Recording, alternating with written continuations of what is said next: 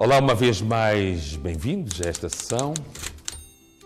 Mestres da Moda foi publicado pela primeira vez em 1974 e é o conto mais conhecido do escritor Agostinho André Mendes de Carvalho, o Anhangachito.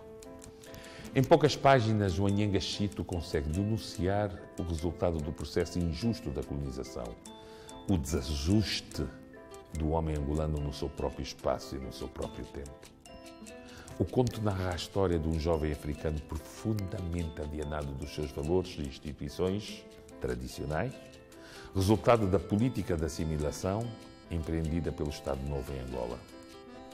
Pelo vestuário europeu e pelo domínio precário da língua portuguesa, Tamoda tenta escapar à pressão colonial, mas a sua tentativa é fracassada.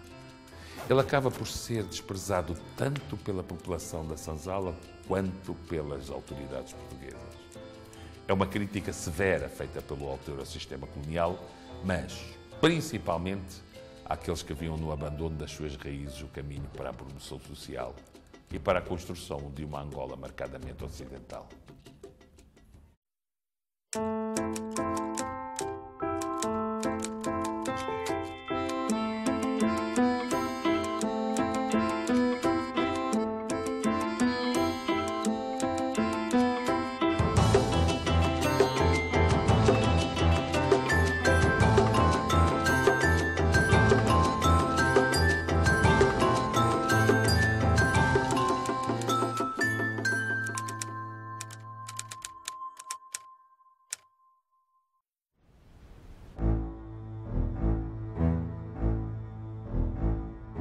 Tamoda, muito novo, dirigiu-se à cidade de Luanda, onde viveu muitos anos.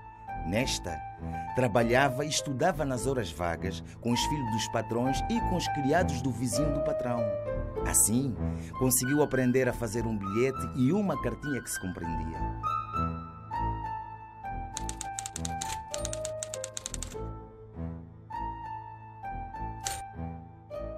A obra leva-nos aos anos 40, anos 50, por aí.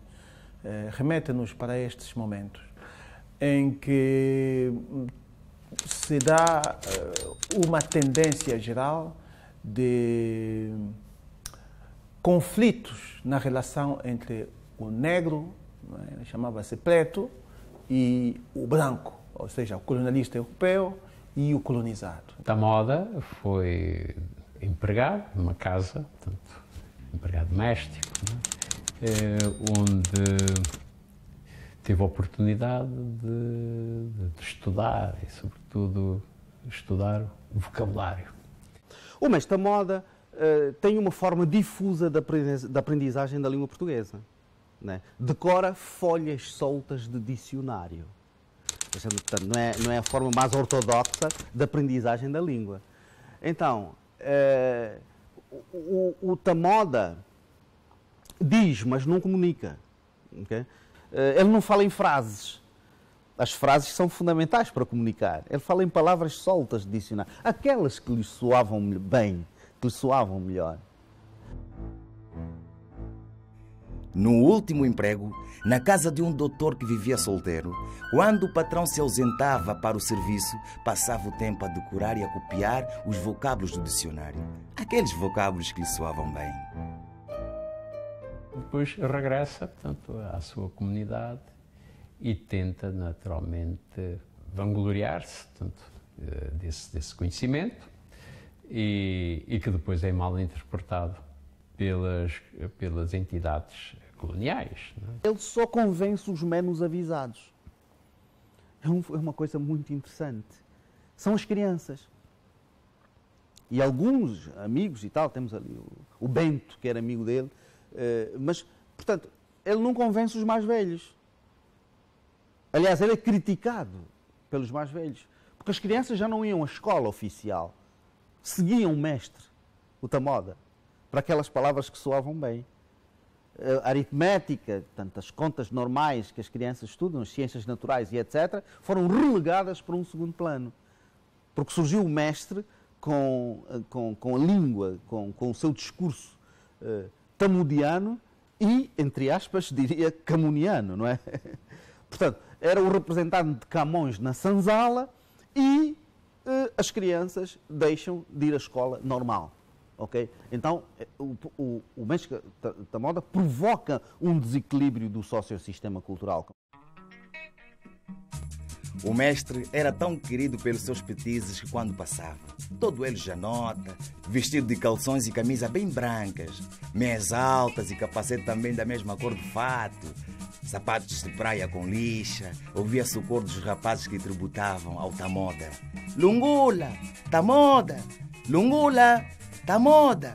Tamoda, na cadência das vozes e do sapato a chiar, ia marcando o ritmo com a cabeça e os ombros, muito esticada e sorridente, e lungulava como o Kinguashito.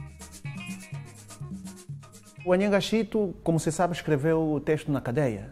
Escreveu o texto na cadeia e vários outros textos também foram mais ou menos escritos desta forma e, sobretudo, a maior parte dos escritores que escreveram nessa altura, de tal modo que se pode relacionar os escritos destes autores naquele contexto como escritos de protesto contra o domínio colonial. Quando sai da cadeia, começa a publicar, portanto, as suas obras. Importa aqui talvez também lembrar que a influência na política, naquilo que ele escreve, na literatura dele, esta influência toda tem que ver também com, portanto, estas várias facetas, não é? Ele começa a escrever na cadeia e está a escrever num momento de muita dor, um momento em que ele sente-se injustamente colocado naquela situação, quando ele lutava por um direito que ele sentia claramente que era um direito daqueles povos, dos povos de Angola, dos nossos povos, de autodeterminação. Então isto claramente também influencia bastante mais tarde tudo aquilo que ele vai escrevendo. É um sujeito que se apercebe que a sua cultura está a ser vilipendiada e truncada e luta contra isso. Ok? E dá a conhecer a sua própria cultura, tão somente como isso. Ele também não deixa de ser relativamente crítico em relação àqueles que se entregam completamente à cultura do colonizador. Porque o Anhangashito foi sempre, até na sua praxis política, um defensor do mundo tradicional, das mundividências, das idiosincrasias tradicionais e ele próprio, até no último momento, né? Portanto, ele foi enterrado na sua terra natal, né? Portanto, em Calombo-Loca. Portanto, ele teve sempre uma preocupação muito grande em relação a esse mundo tradicional, porque se ele é posto de lado, as vivências, a sociedade contemporânea africana, a sociedade contemporânea angolana acaba por perder, portanto, muito das suas raízes, não é? E isso não pode acontecer. Nosso cabo, eu queria lhe dar mesmo um quituculo, mas tem a língua muito depressa, putumenha. Quando um cabo vê um preto a falar muito português na administração, não dá para lhe pedir mata-bicho. Pode te queixar, é perigoso. Mais vale pedir a um branco.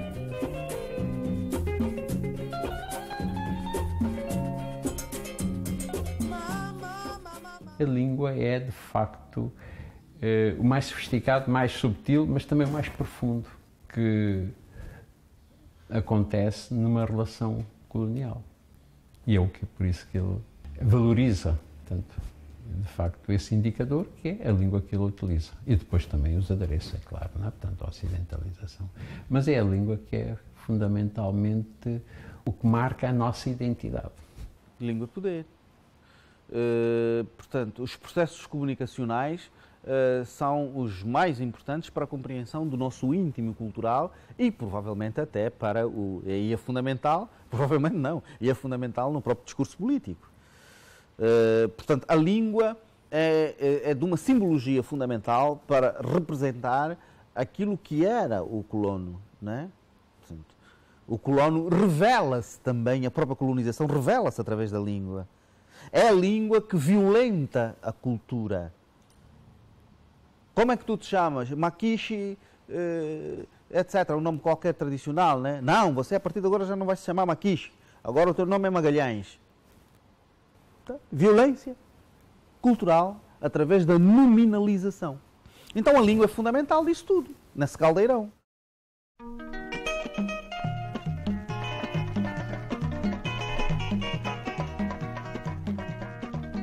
Independentemente disso, os frisos de cabelos que introduziram na gente nova para ter o cabelo igual ao seu provocavam queimaduras na cabeça.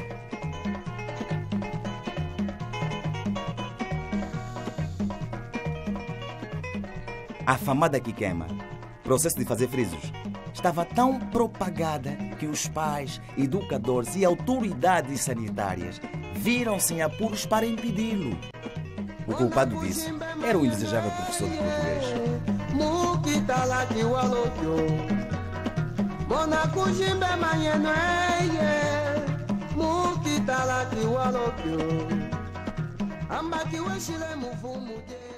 Não é esse o percurso que o autor queria para os angolanos. Não é? O percurso dele era, portanto, naturalmente, olhar para aquilo que a modernidade traz, mas de uma forma crítica, olhar para esses benefícios, para essas contribuições, mas de uma forma crítica. E só esse é que é o percurso, e não era o percurso que foi seguido pelo mestre da moda. A morte do mestre da moda significa o retorno à normalidade no sociossistema da senzala. Isto para mim é que é fundamental. E é um ponto de reflexão. Volta à normalidade. Tão somente porque o mestre da moda perturba, não é? O curso normal das relações dentro da senzala, não é? O próprio nome Está Moda é um nome bem construído, porque parte do princípio que o nome real, entre aspas, o nome que a personagem veste é Domingos João. O nome que veste. Está Moda veio de um significado, de que estava na moda. Estava na moda, está moda, está moda, está na moda. Está na moda. É o que está a dar. É passageiro, é efêmero. Porque a cultura da senzala voltou à normalidade. Esse sujeito é um sujeito passageiro. Ok? O que vai ficar é aquilo que é nosso, que é endógeno. Aquilo que nós respiramos no nosso cotidiano. Aquilo é que é. Não é o discurso da moda.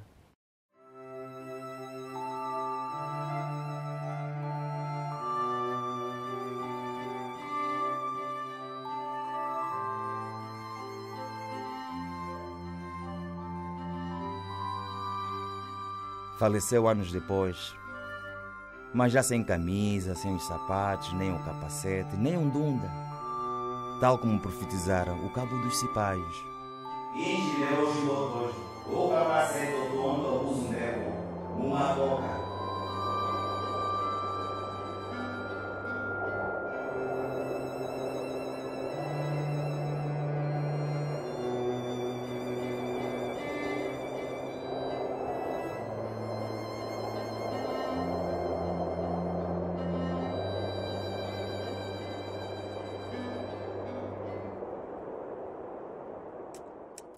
Mas esta moda é importante conhecer para perceber esse fenómeno da assimilação cultural.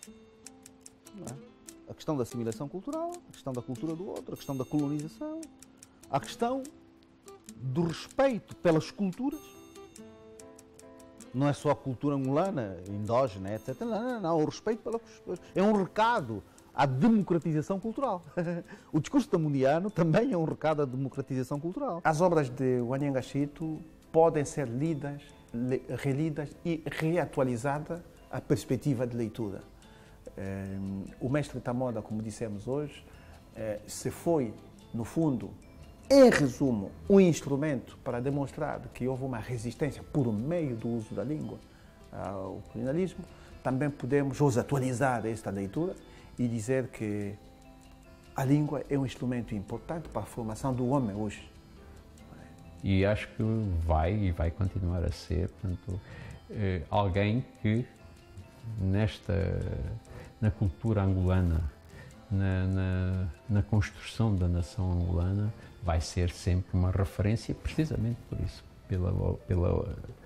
pela sua praxis como escritor, como político, como diplomata e, sobretudo, pela maneira como olhou as sociedades tradicionais. E isto é transversal a toda a sua obra, creio que faz dele uma grande referência a qualquer jovem, e penso que tem muita aceitação junto dos jovens. Qualquer jovem hoje lê e fica agradado com aquilo que lê e vê que ali, portanto, está um testemunho que é importante para a sua conduta, para o seu cotidiano.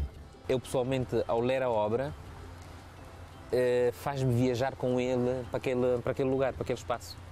Porque esta obra narra bem comportamentos das pessoas lá da terra. E para mim a obra então faz-me também viver lá. Leio a obra, faço a viagem com ele num tempo, num espaço, como se tivesse sido o meu período, não é? Meu período da minha faixa etária, do meu tempo, a viver aquelas coisas todas. Claramente eu recomendo este tipo de leituras, estas leituras, porque faz perceber melhor a nossa gênese. Mestre Samoda é o conto de Anhengo Achito mais apreciado pela crítica. Mas outras obras do autor também merecem destaque. É, entre outras, o caso de Bola com Feitiço, Vozes na Sanzala e O Ministro. Até à próxima sessão.